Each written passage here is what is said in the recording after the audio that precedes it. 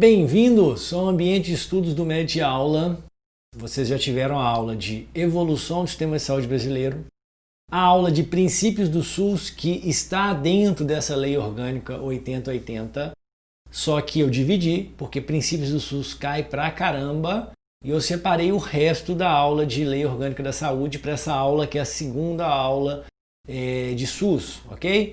Então hoje nós vamos falar da parte de lei orgânica, menos a parte de princípios, que já foi falado na aula anterior.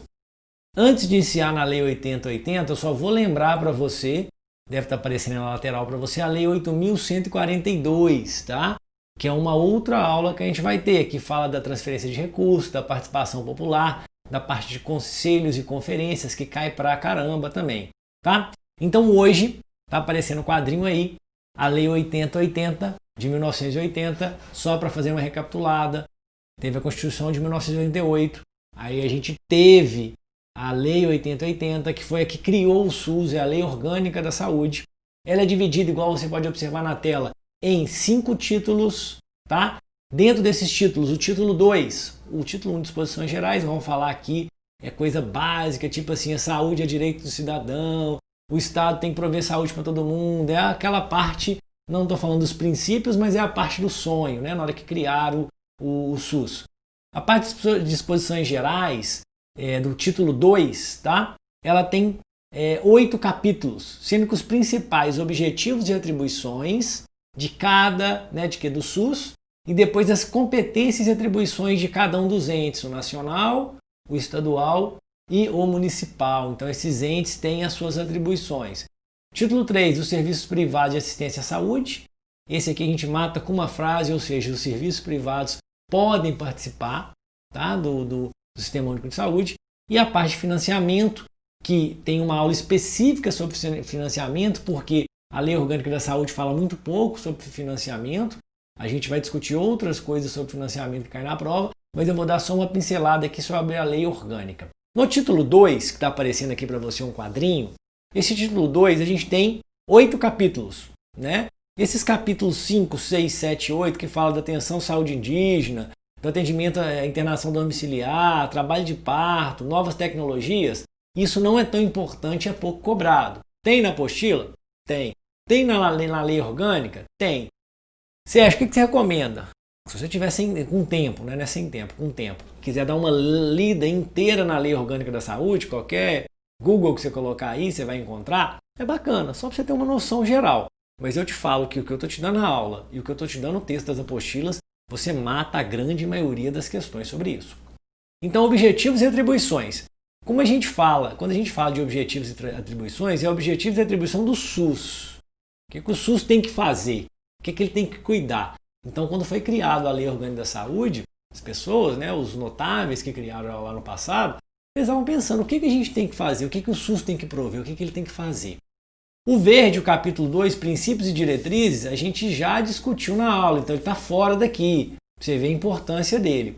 O 4, competências e atribuições, aí a gente vai entrar no que cada ente federativo tem que fazer.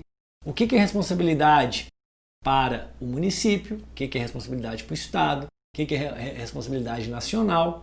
Tá? Então, esses 3 tópicos, sendo que hoje a gente estuda o capítulo 1 e o 4 do título 2, são os mais cobrados.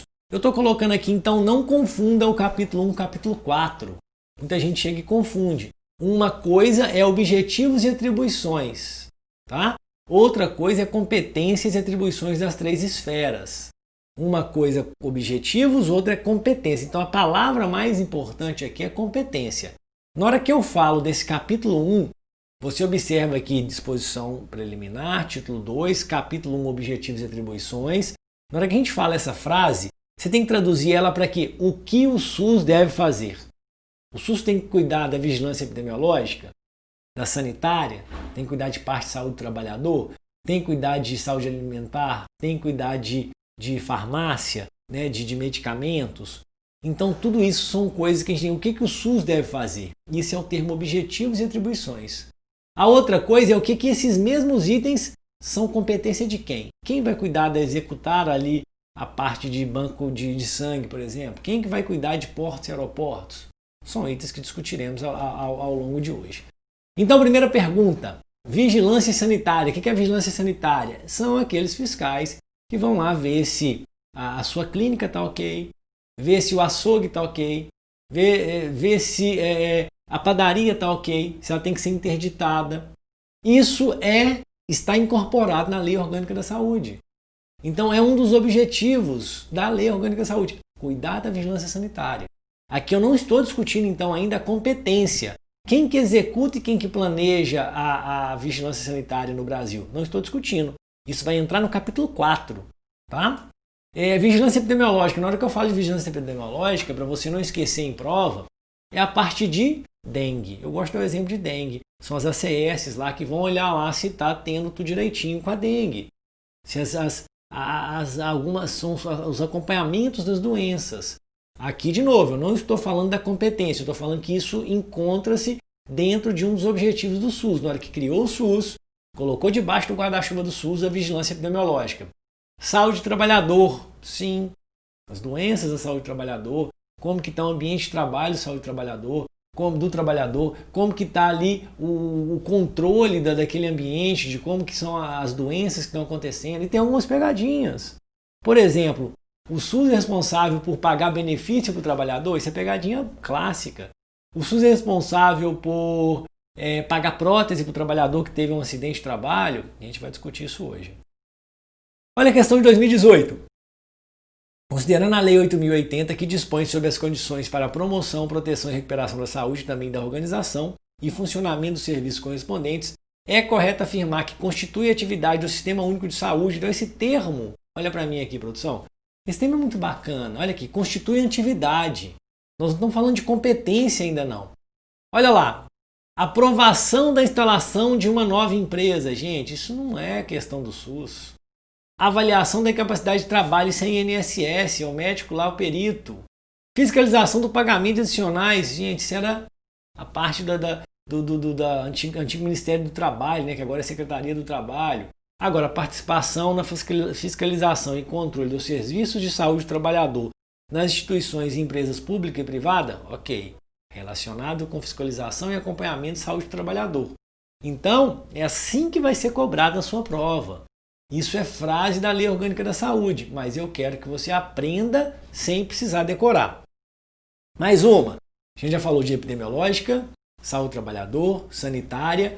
Está no guarda-chuva, debaixo da organização do SUS, assistência farmacêutica e política de medicamentos. Eu coloquei até essa imagem da farmácia popular, mas não é só essa, mas sim toda a parte de planejamento, a parte de medicamentos que vão ser dispensados no SUS, de medicamentos que são organizados, sim. Então está debaixo do guarda-chuva do SUS a parte de assistência farmacêutica e política de medicamentos. Então talvez na hora que você chegou nessa aula que você não sabia disso. Saneamento básico, cara. Primeira vez que eu fui ler a Lei Orgânica da Saúde eu fiquei assustado, eu não sabia, pois o saneamento básico está também sobre o guarda-chuva do SUS. Quem que executa? Nós vamos discutir mais à frente, mas ele está debaixo do guarda-chuva do SUS, é de responsabilidade do SUS. Mais uma, essa eu não sei porquê, mas eles adoram ordenar a formação de recursos humanos para o SUS, ou seja, capacitação de recursos humanos para o SUS.